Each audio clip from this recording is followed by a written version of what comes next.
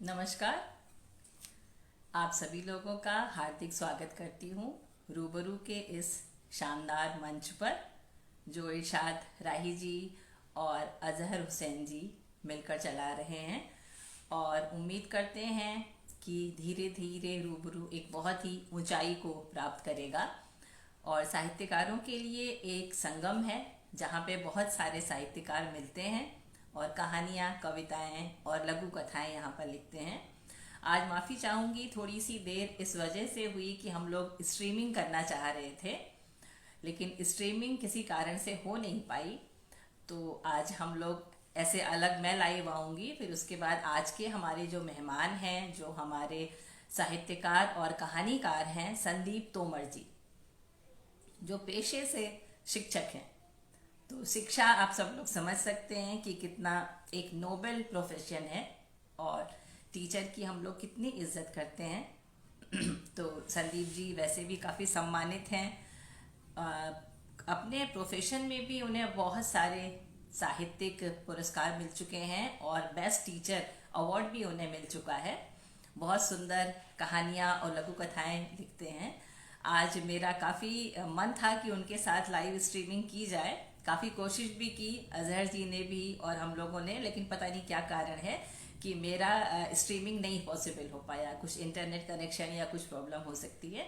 चलिए कोई बात नहीं, नॉर्मल जैसे मैं अलग आती हूँ और हमारे गेस्ट अलग आते हैं, आज का शो हम वैसे ही शुरू करते हैं। माफ़ी चाहूँगी, आप लोगों को थोड़ा इंतज़ार करना पड़ा, कुछ थोड़ी सी देरी हो गई, लेकिन ये उम्मीद दिला आपको भरोसा दिलाती हूँ कि संदीप जी की कहानियाँ और लघु कथाएं सुनने के बाद आपको वो इंतज़ार जो है सार्थक लगेगा।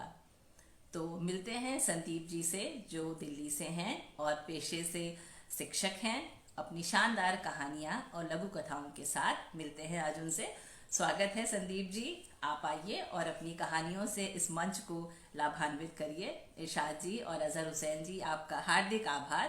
उम्मीद करते हैं हम लोग एक साथ मिलकर इस मंच को नई ऊंचाइयों तक ले जाएंगे। नमस्कार, आप सभी का बहुत सारा धन्यवाद और आभार। रूबरू के साहित्यिक मंच पर आज मैं संदीप तोमर आपके समक्ष उपस्थित हूँ। मंच के अध्यक्ष इरशाद जी और सचिव अजहर जी को इस शानदार आयोजन के लिए बधाई और आभार। संयोजक रेणुका सिंह जी का आभार महज एक औपचारिकता है, उनसे पुरानी साहित्यिक मित्रता है। इस कार्यक्रम में मुझे सुनने वाले समस्त साथियों को मेरा अभिनंदन। इस लाइव कार्यक्रम में जुड़ने वाले सभी साथियों के नाम लेना संभव नहीं है। जो जो साथी जुड़ गए हैं या जुड़ते रहें, उन सबको मेरा हार्दिक अभिनंदन। साथियों, यूँ तो मैं लगभग बहुत लंबे समय से कविता, कहानी, नज्म, लघु कथा, उपन्यास, संस्मरण इत्यादि लिखता रहा हूँ, लेकिन उपन्यास और लघु कथाओं ने मुझे बतौर लेखक एक पहचान दिलाई। इसलिए इन दोनों ही विधाओं से मेरा बहुत पुराना साथ है और बहुत गहरा संबंध भी है। अगर मैं बात करता हूँ लघु कथाओं की, तो लघु कथा में आप लोग देखते होंगे शब्द संख्या को लेकर बड़ा विवाद चलता रहा है।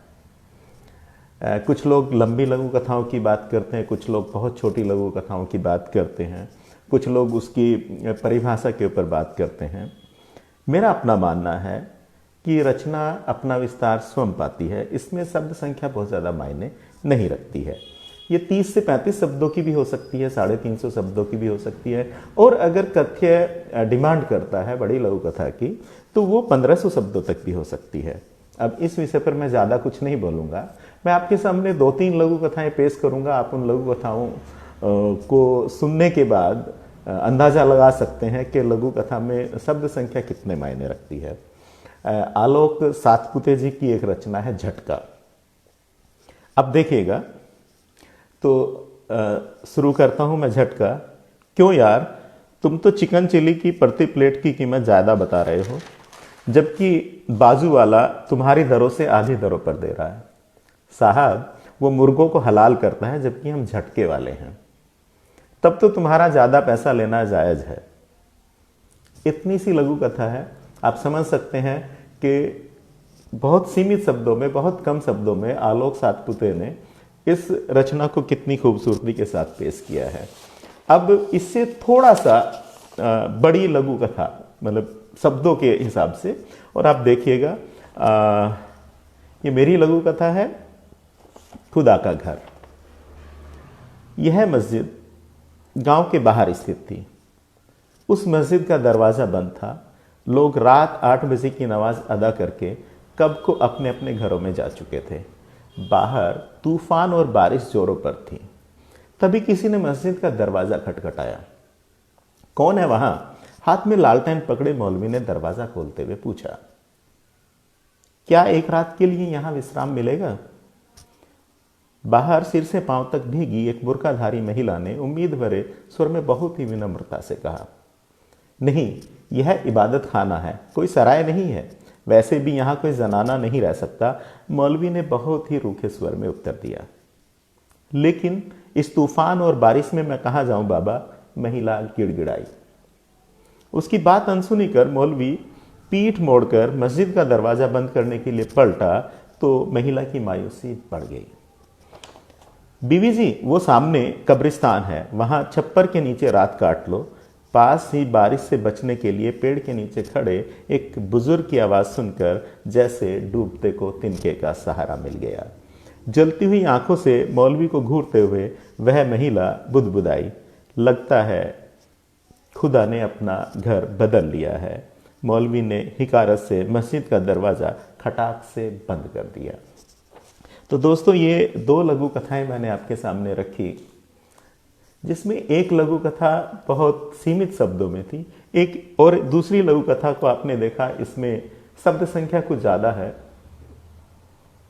तो ये 2 लघु कथाएं मैंने आपके सामने रखी और मुझे लगता है कि आपको जो बात मैं कहना चाहता था, वो जो शब्दों के ऊपर मैं बात कहना चाहता था, वो बात आपको इसके माध्यम से समझ में आ गई होगी।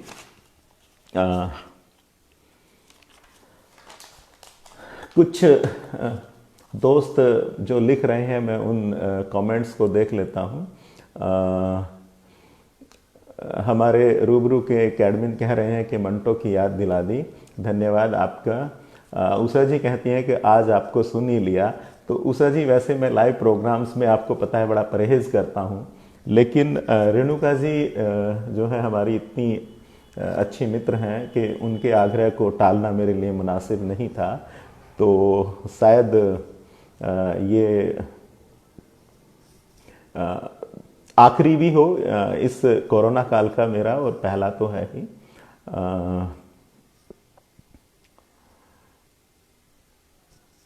सोनिया जी कह रही हैं खुदा का बदला घर। वास्तव में यही इस को कहने का तात्पर्य था। मैं बात करता हूँ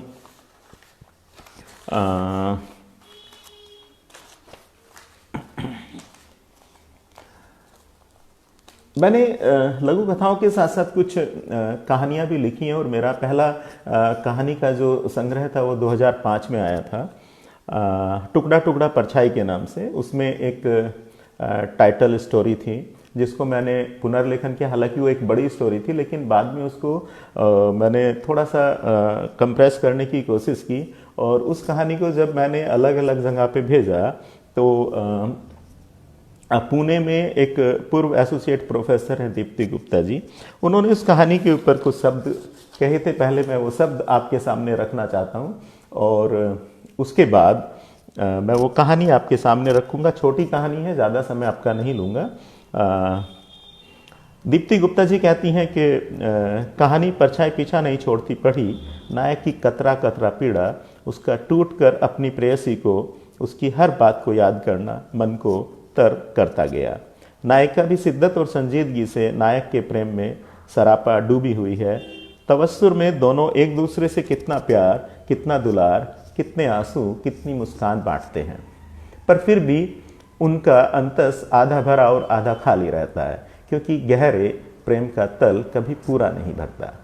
उसमें प्यार के न जाने कितने दरिया समा जाने की अपरिमित सशक्त जमीन होती है, जो प्यार को परत दर परत समोई जाती है। पाठक मन को अपना साथ बहा ले जाने वाली पाक मोहब्बत की निर्झर सी बहती इस कहानी की जितनी भी सराहना की जाए कम है। कहना न होगा, लेखक संवेदनाओं के धनी है। ये मेरे पाठकों की कुछ प्रतिक्रिया स्वरूप भी आप इसको देख सकते हैं। अब मैं आपके सामने वो कहानी पढ़ता हूँ और मेरी कोशिश होगी कि 10 से 15 मिनट में ये कहानी आप तक मैं प्रेषित करूं और उस कहानी के मर्म तक को आप पहचानने की कोशिश करें, उसके साथ जुड़ने की कोशिश करें। सुभाष नीरव जी जुड़े हुए हैं। सुभाष नीरव जी का मेरे ऊपर एक अपार स्नेह है, उनका आशीर्वाद मेरे साथ हमेशा रहता है। सुभाष जी, मैं आपका बहुत बहुत स्वागत करता हूं। तो परछाई पीछा नहीं छोड़ती, कहानी आपके सामने प्रस्तुत है। जनवरी के कोहरे में कब कपाता घूम रहा हूं, कहीं जाता हूं, साथ चली आती है वो यादें बनकर।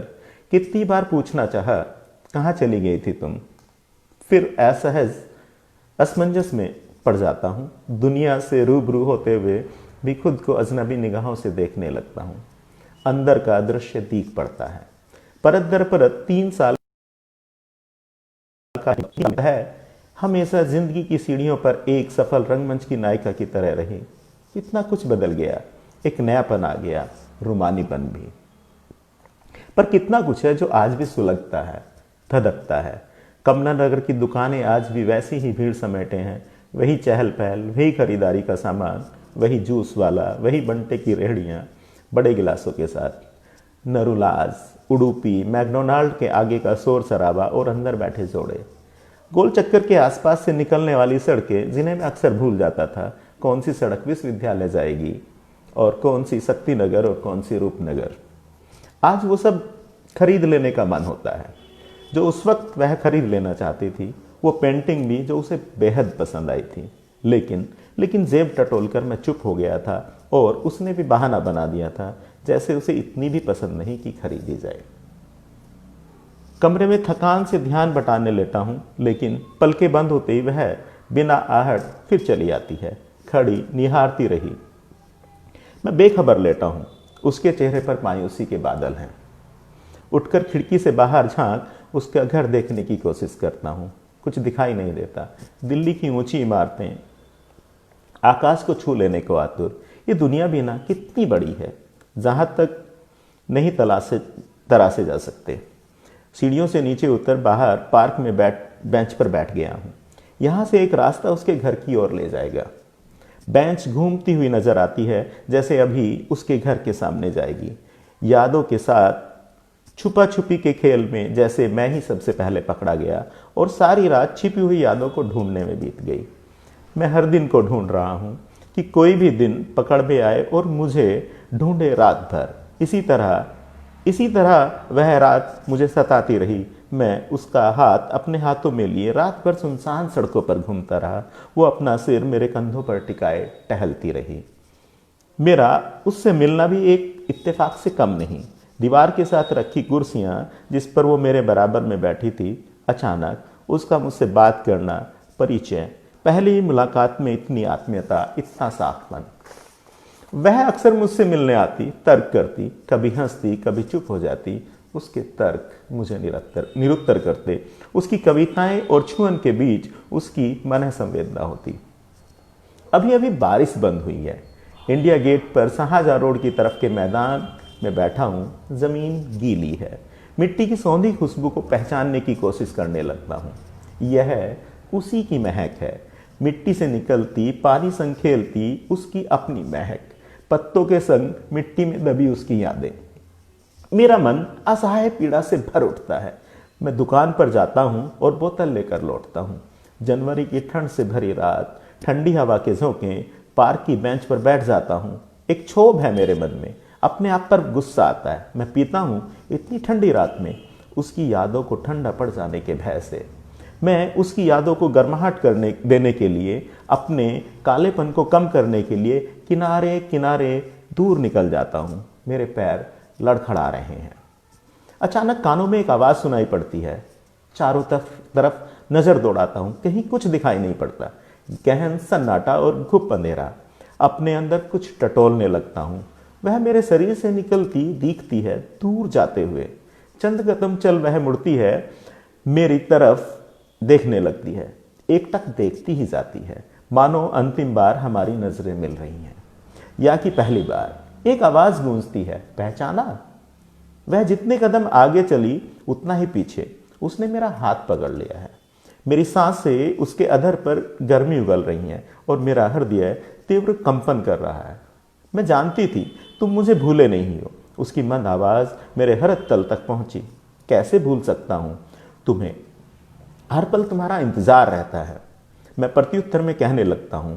उसकी आवाज कांपने लगती है। उसका चेहरा कुछ पा जाने से विस्मय से भरा है। वह उत्सुक थी, खुश थी और मुझ पर अपनी भावनाओं को संप्रेषित करने में असमर्थ। वह बार बार कुछ कहने को मुंह खोलती, शब्द गले में ही रह जाते। मैं चुप्पी में उसका साथ देता। अचानक वह बोलती है, बहुत बदल गए तुम। हाँ शायद, तुम भी तो। नहीं, मैं कहाँ बदली हूं। उसकी पकड़ मेरे कंधे पर अधिक हो रही है। धीरे धीरे सांस फूल रही है। उसकी आंखें मुझे थकी थकी सी प्रतीत होती हैं और मेरे होठ उसकी पलकों पर जाकर रुक जाते हैं। मैं अवचेतन से निकल वास्तविक दुनिया में आता हूँ। कहीं कुछ भी नहीं है। कुछ पल का भ्रम मुझे, मेरे अस्तित्व को कल्पना से परे धकेल हकीकत की दुनिया में ले जाता है। किनारे चलते हुए मैं बहुत दूर निकल गया हूँ। रात अपने अंतिम पहर में है। मैं वापस आकर पार्क में बेंच पर बैठ जाता हूँ। उसने रचना धर्मिकता का बीज बोकर मुझे नया जन्म दिया। उसने हृदय में इतनी संवेदनाएं, भावनाएं, तर्क और तड़प भर दी कि मैंने कविता का सर्जन किया। वो मेरे इतना करीब थी, मैं किसी नए सवेरे के इंतजार में खड़ा न होकर मंजिल का रास्ता नापना चाहता था। उस तक का सफर बाकी था। मैं सीढ़ी दर सीढ़ी आगे बढ़ रहा था। प्रोफेसर बनने का सपना सच होने का शुभारंभ हो गया था। मैं यह खुशी उसके साथ बांटना चाहता था। अगले ही दिन हमारी मुलाकात हुई। लेकिन ये क्या, उसने अपने हाथों को किसी धार से काट लिया था।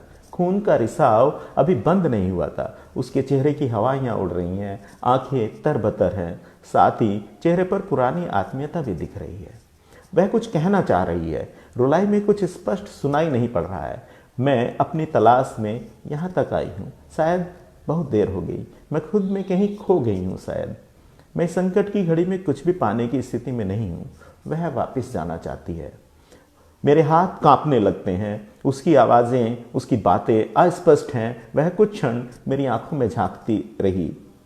मैं अपना कांपता हाथ उसके कंधे पर रख देता हूँ। मैं अपने हृदय के वेग को रोक नहीं पा रहा हूँ। धैर्य जवाब दे रहा है। उसके सामने टूटकर बिखरना नहीं चाहता। उसकी टांगें उसके शरीर का बोझ नहीं संभाल पा रही हैं। वह बैठ गई है। मैं भी उसके पास बैठ गया हूँ। उसका सिर मेरे कंधे पर रखा है। मैं उसके हाथ मेरे हाथों में है। होंठ कप कपा रहे हैं। सब गले में ही घुट कर रह गए हैं। मेरा हृदय फट पड़ता है। वह आसमां में देखती है, शून्य में विचरण करने लगती है, असमंजस में पूछती है, तुम मुझे कितना चाहते हो? मैं शायद उतना नहीं चाहती। क्या तुम मुझे तब भी उतना ही प्यार करोगे जब मैं नहीं रहूंगी? हाँ, ये सच है। ये सच है। मैं तुम्हें चाहने लगा हूँ। मैं तुम्हें भूलना भी चाहता हूँ। तुम मेरे सीने में सुलगता एक ऐसा अरमान हो जिसे मैं अपने आप में खोजता हूँ। वो भी तब जब तुम चली जाती हो। वह मुझे जानने को आतुर है, मुझे देखते रहने को लालायित है। मैं उसको अपने अंदर समाहित होते पाता हूँ। वह अलसाई सी, मुरझाई सी। अचानक वह हंसने लगती है। अश्रुधारा मेरा कंधा गीला किए है। उसकी हंसी सिसकियों में तब्दील हुई जाती है। उसकी वेदना बढ़ती जाती है। उसके मन में असहाय बेचैनी है। मैं उसे अपनी बाहों में कस लेता हूँ। वह अवचेतन में है। दोनों हाथों से उसका सिर थाम लेता हूँ। उसे थोड़ी चेतना आई है। मेरा चेहरा गीला हो गया है। उसकी हथेलियाँ मेरे गालों को सहला रही हैं। वह अभी भी मेरे पास है। असमंजस में अचानक उसके मुंह से पीड़ा के शब्द निकल पड़ते हैं। मुझे माफ करना, शायद अब मैं ना मिल पाऊं, अपना ख्याल रखना। वह उठ खड़ी हुई है। संभल कर 2 कदम चल दिया। अपनी बाहों में संभाल लेता हूं। उसने मेरे हाथ में कलम दी, लिखने वाला दिया, दिल दिया, भावनाएं दी, सोचने की शक्ति दी। मुझे लिखना होगा उसके लिए। मैं अदृश्य शब्दों से घिर गया हूं। शब्द बादलों की तरह मेरे चारों ओर घेरा बनाए खड़े हैं। मैं कुछ कहना चाहता हूं, लेकिन बहने लगता हूं। भावनाओं के चक्र में फंसा बिना पतवार का मांझी हूं। प्रेम के चरम और शब्दों के घेरे के बीच कलम की गति मंद पड़ गई है। शब्द डेरा डाले हैं मन में, लेकिन कलम आगे ही नहीं बढ़ती है। शायद वे क्षण ही खत्म हो गए हैं जब मैं कुछ लिख पाता। अंधेरे कमरे में बैठा हूं, शहनाई की गूंज मेरे माथे से टकराती है, मेरा सिर घूम रहा है। अचानक सब कुछ शून्य हो गया है। मैं टहलने लगता हूं, खिड़की के पास जाता हूं। तारे निकल रहे हैं, फिर भी अंधेरा है। बाहर रोशनी बहुत कम है और अंधेरा बहुत ही अंधेरा। अचानक मेरी आंखों के सामने एक चमक दिखती है, एक हवा का सर्द झोंका और उसके साथ दीप शिखा। वह दीप शिखा एक आकृति में बदलने लगती है, मानव आकृति में। धीरे धीरे आकृति स्पष्ट होने लगती है।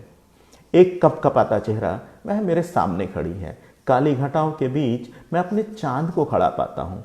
एक आवाज मेरे कानों में गूंजती है, मैं तुम्हारी हूँ, सिर्फ तुम्हारी, हमेशा से, हमेशा हमेशा के लिए। वह काली पलकें, वही मुस्कान, उसके चेहरे से शबनम छू पड़ी है। उसकी कांपती आवाज के साथ मैं 2 कदम आगे बढ़ता हूँ, उसके पास जाने के लिए, उसे छूने के लिए। वह समूचा परिदृश्य अचानक परछाई में बदल गया है। वह परछाई मेरी परछाई में कहीं विलुप्त हो गई है। मैं इसे जीवन का अंतिम पड़ाव मान लेता हूँ। धूप अंधेरे में यादों को खोजना भी मुश्किल है। अंधेरे में आकृतियों का बनना बिगड़ता देखता हूँ, उसकी आकृति को तलाशता हूँ। कुछ भी दिखाई नहीं दे रहा है। देख रहा हूँ शून्य, एकदम शून्य। मैं अकेला भी नहीं हूँ। आंखें गीली महसूस कर रहा हूँ। हाथों को पलकों तक ले जाता हूँ तो पाता हूँ पलकें सूखी हैं, एकदम सूखी। महसूस कर रहा हूँ जीवन की यात्रा के इस अंतिम आखिरी पड़ाव को। यहीं से जीवन की यात्रा शुरू की थी। एक सपना यहीं से शुरू हुआ था। मैं उसे पुकार रहा हूँ। अंधेरे में इधर उधर झांकता हूँ। शरीर कांप रहा है, होंठ सूख गए हैं, पपड़ी अभी भी जमी है। हंसना चाहता हूँ तो होंठ फटने का दर्द मन की पीड़ा को और बढ़ा जाता है। एक दृश्य सामने चलचित्र की भांति चल रहा है। उस रात उसकी सुहाग रात थी। वह अपनी अंतिम कविता अपने हाथों में लिए पति के आने का इंतजार कर रही है। पति लड़खड़ाते कदमों के साथ कमरे में आया है।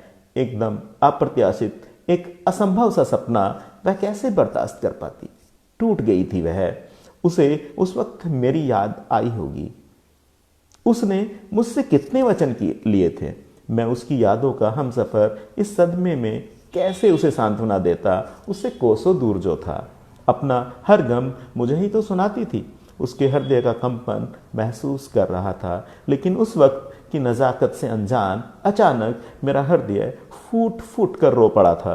अंतिम बार उसने मुझे याद किया। बार बार उसके होठों पर अनकहे शब्द आते रहे, जिन्हें मैं स्पष्ट पढ़ पा रहा था। मैं तुमसे दूर होकर भी तुम्हारे बहुत करीब हूँ। कविता के शब्दों से भीगा कागज का टुकड़ा उसके हाथ में था। वह अंतिम यात्रा पर निकल गई थी। मेरे कमरे की खिड़की का कांच टुकड़े टुकड़े हो गया। मैं महसूस कर रहा हूँ उन किरचों को अपने अंदर समाते हुए। कमला नगर का गोल चक्कर आज भी उतना गोल है जितना उन दिनों हुआ करता था। सब कुछ वही है, अपनी जगह स्थिर। आज मैं वो सब खरीद लेना चाहता हूँ जो उसे पसंद था। उडुपी का दरवाज़ा देख मेरी आंखें नम हो आई हैं। एक चीख मेरे अंदर से निकलती है। मैं अपना आर्तनाद सुन रहा हूँ। रुका हुआ सैलाब आंखों के रास्ते से बह चला है। मैं खुद को उसमें बहता हुआ देख रहा हूँ, बजा रहा हूँ। उसके रहते तैरने का कभी अभ्यास ही नहीं किया था। तो दोस्तों, ये कहानी परछाई पीछा नहीं छोड़ती आपके सामने मैंने रखी, और मैं उम्मीद करता हूँ कि कहानी आपको पसंद आई होगी। समय भी काफ़ी हो गया है,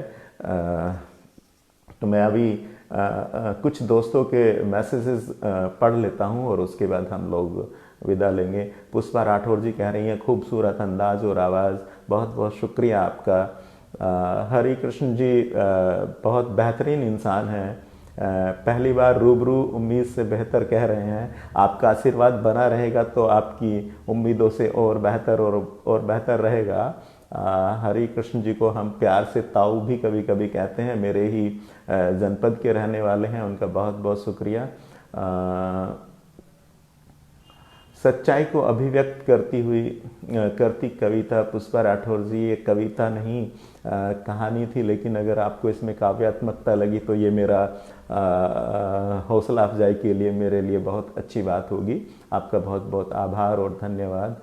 सुभाष नीरव जी कह रहे हैं कि संदीप की कहानियाँ चित्रात्मक होती हैं। सर, आपका स्नेह है कि आपको कहानी पसंद आती हैं। आप जैसी कहानियाँ कभी लिखूं, आप जितना नाम मेरा कहानियों में हो, ऐसी मैं उम्मीद करता हूं, और आपका आशीर्वाद बना रहेगा तो निश्चित रूप से ऐसा संभव होगा। चित्रंजन गोपे जी कह रहे हैं बहुत अच्छा, बहुत बहुत धन्यवाद आपका। सोनिया जी कह रही हैं कि बेहद शानदार। रेणुका जी शानदार कहानी बता रही हैं, तो उनका भी बहुत बहुत आभार। तो दोस्तों, आज प्रोग्राम वैसे ही थोड़ा सा तकनीकी कारणों के कारण बहुत डिले हो गया था, तो उसके लिए पहले से आपको इतना इंतजार करना पड़ा, और अभी समय बहुत अधिक हो रहा है, तो मैं आपसे विदा लेना चाहूँगा, और फिर कभी कहीं किसी प्लेटफॉर्म पे मिलेंगे तो आमने सामने फिर कहानियों पे चर्चा होगी। इस कहानी के बारे में आप मुझे लिखकर भेजिएगा कि कहानी में कुछ कहानी के तत्वों के हिसाब से कहानी में कुछ तकनीकी दोष अगर होगा तो आप मुझे उससे अवगत कराइएगा, ताकि आगे की कहानियों में वो सारी दिक्कतें, वो सारी परेशानियां ना हो। तो विदा दीजिएगा अपने दोस्त संदीप तोमर को। सभी को मेरा नमस्कार, धन्यवाद।